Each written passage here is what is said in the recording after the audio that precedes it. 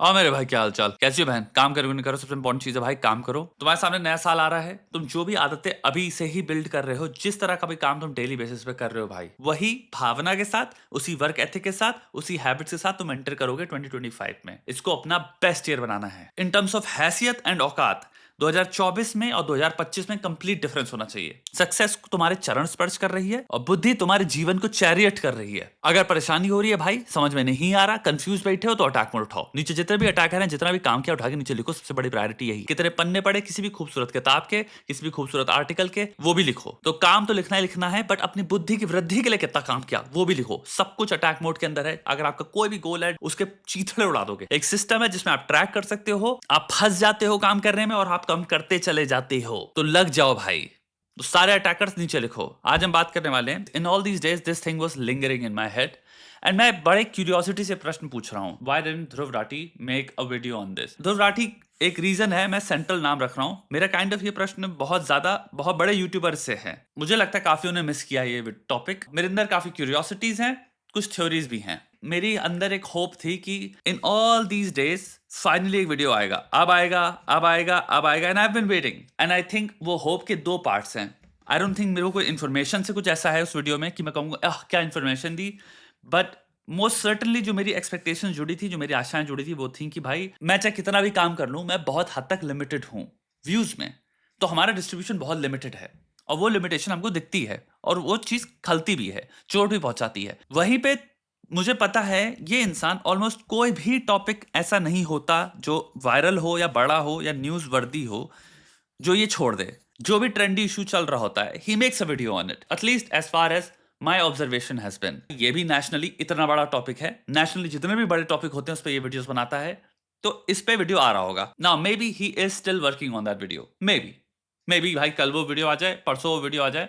The reason why am asking this question और making this video is because internet relevance के हिसाब से उस टॉपिक में आपको इतना लोग इंटरेस्ट नहीं ले रहे, which is a fact. May be अगर ध्रुव वीडियो अभी भी डालता है या कोई भी बहुत बड़ा यूट्यूबर अभी भी वीडियो डालता है, I'm pretty sure the views will come back. So I'm not saying कि उनको वीडियो नहीं बनाना चाहिए because time has passed by. But most certainly जब हम बात करते हैं कि इन्फ्लुएंसर्स को बात करनी चाहिए और उससे फर्क पड़ेगा, to a degree ये पॉइंट ट्रू होता है जब बहुत बड़े इन्फ्लुएंसर्स इस पे बात करते हैं, क्योंकि फिर एक्चुअल में फर्क पड़ता है। ऐसे इन्फ्लुएंसर्स जिनका एक्चुअल में इतना ज्यादा बोलबाला है, जिनको एक्चुअल में पॉलिटिशियन सुनते हैं, जो कि एक्चुअल में पॉलिटिकली देखे जाते हैं एज पावरफुल सोर्सेस।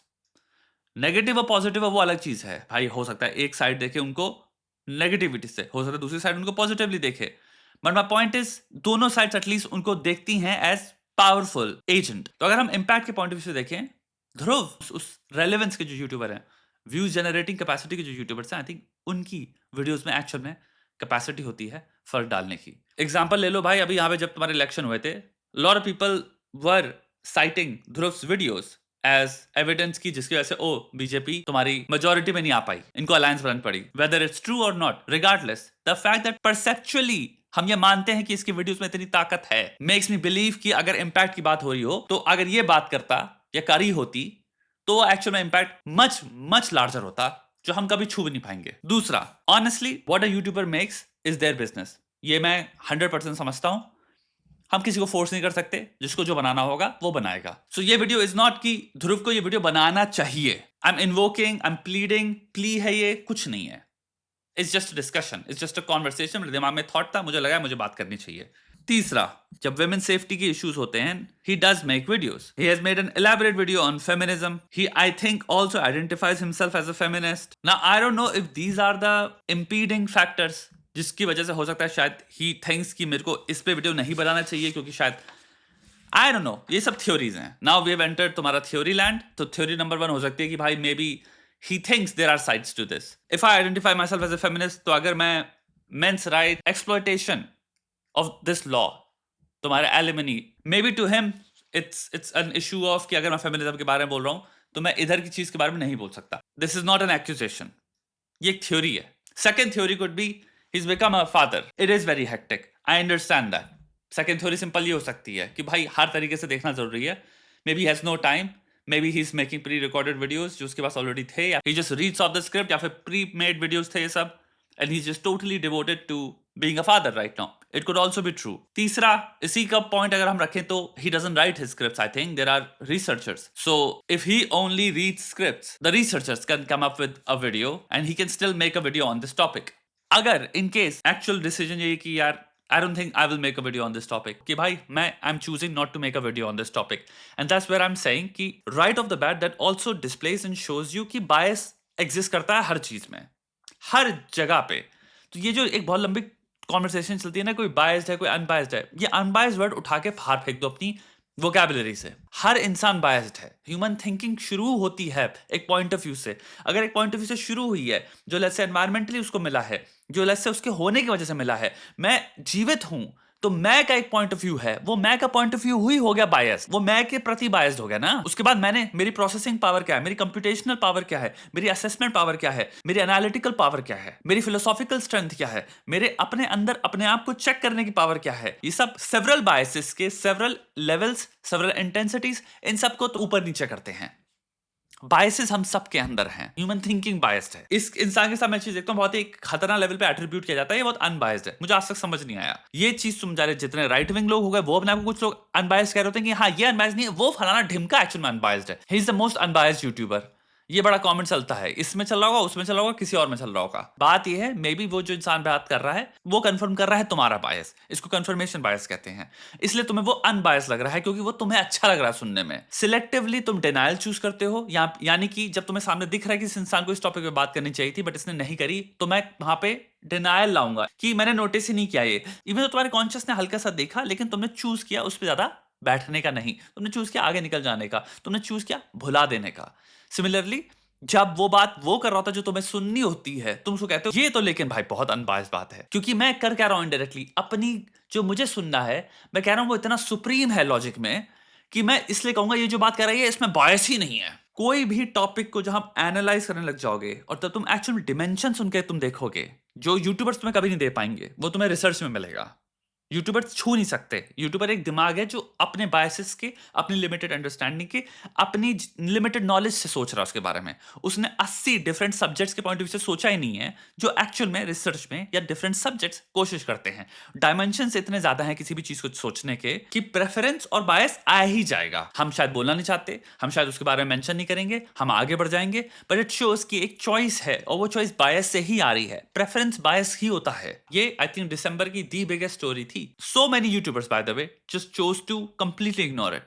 टच ही नहीं किया. So अगर if he chooses not to make the video based on ideologically, मैं इस इश्यू को इतना बड़ा इश्यू नहीं समझता, then right there is also a display and demonstration of कि भाई बायस क्या होता है. मेरा वीडियो बनाने का पर्पस सिर्फ आशा है. I hope that he makes a video on this and I understand if fatherhood is the reason, but he is making videos. जो भी next video आएगा अगर वो करंट टॉपिक पे है तो तुम्हें दिख जाएगा वो चीज.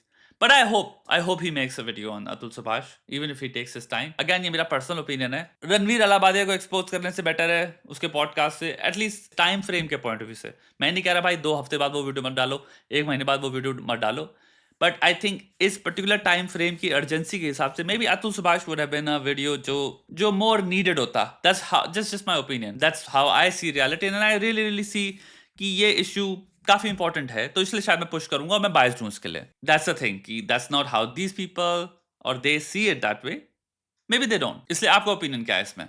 What do you think? This is not a video जहाँ पे हम फोर्स कर रहे हैं किसी को कुछ भी करने को. At least I think it needed to be said. I think इतनी बड़ी चीज हुई. Some of the biggest YouTubers just they stayed mum and they don't stay mum is my point. आप consistently you have a track record of not staying mum. You make videos on almost every single topic जो भी viral होता है national level पे. There is a full video report by you. मैं उस point of view से बात कर रहा हूँ कि यहाँ क्या हुआ. And I'm just curious. Maybe एक निराशा से आ रहा है video. I think because to me this issue is pretty big. This issue to me is also a people's issue because एक section of लोग जो married हैं उनके साथ एक प्रताड़ना हो रही है by, again मैं repeat कर रहा हूँ इस चीज को, what I see is as narcissistic people. And again दूसरी तरफ भी this is what I see, narcissistic people, psychopathic people, dark traits में very very high people प्रताड़ना कर रहे हैं दोनों के साथ. इसमें औरतें भी पिस रही हैं, आदमी भी पिस रहे हैं. दोनों तरफ से तुम्हारे डार्क ट्रेड्स में जो हाई लोग हैं इनको अकाउंटेबल करना है और प्रिवेंट करना है। हमको आवाज उठानी है ताकि ये लोग प्रताड़ना नहीं कर पाए किसी के भी। और एक चीज मैं बताना चाहता हूँ बहुत छोटे में, ये मेंस इशू नहीं है, ये फैमिली इशू है। यहाँ पे पूरी पूरी फैमिलियां सफर करती हैं, यहाँ पे मम्मियां तक जेल जाती हैं लोगों की, पूरे खानदान जेल जाते हैं। और साइकोलॉजिकल प्रताड़ना ऐसा थोड़ी भाई कि लड़के की माँ या बहन नहीं होती है वो बच जाते हैं उसमें। तो ये फैमिली इशू है भाई। हम फैमिली सिस्टम को अपएंड कर रहे हैं, कंप्लीटली डिसेबल कर रहे हैं, डिसरप्ट कर रहे हैं। हम फ्यूचर मैरिजेस के जितने भी तुम्हारे स्टैटिस्टिक्स आने वाले हैं उनमें डिक्लाइन आने वाली है भाई। लोग शादी करना छोड़ देंगे एक दूसरे से भाई, यही होगा इसका। बच्चे करना छोड़ देंगे। आज जहां इंडिया जा रहा है, इंडिया कहीं और जा रहा होगा। फिर हम 10 साल में 20 साल में इसका जो इम्पैक्ट देखेंगे वो बहुत बहुत बहुत खतरनाक होगा मेंटल हेल्थ पे। क्योंकि भाई जब इंसान साथी नहीं ढूंढेगा तो अकेला रहेगा। अकेलेपन में तुम्हें पता है भाई उससे कोई बहुत बढ़िया आउटकम नहीं होने वाले। साथी नहीं ढूंढ रहा इंसान, प्यार ही नहीं ढूंढ रहा, शादियां नहीं हो रही, बच्चे नहीं होंगे। आज जितना बूम आ रखा है कि भाई सबसे यंगेस्ट पॉपुलेशन इंडिया की है, वो चीज रिवर्ट हो जाएगी। और मैं हर चीज को 50 साल के पॉइंट ऑफ व्यू से देखता हूँ। ये बहुत बहुत डिस्ट्रक्टिव चीज है, डिस्ट्रक्टिव चीज है इंडिया की ग्रोथ के लिए। इकोनॉमिक पॉइंट ऑफ व्यू से भी मैं बात कर रहा हूँ, साइकोलॉजिकल पॉइंट ऑफ व्यू से बात कर रहा हूँ, मेंटल हेल्थ के पॉइंट ऑफ व्यू से बात कर रहा हूँ एक। लेकिन टेलियोलॉजिकल इसमें रखना पड़ेगा आउटलुक। तो मुझे समझ नहीं आता कि भाई इतने बड़े क्रिएटर इस पे बात क्यों नहीं कर रहे। That is why it's important to mention how important this issue is. Thank you भाई जिसने भी देखा अभी तक।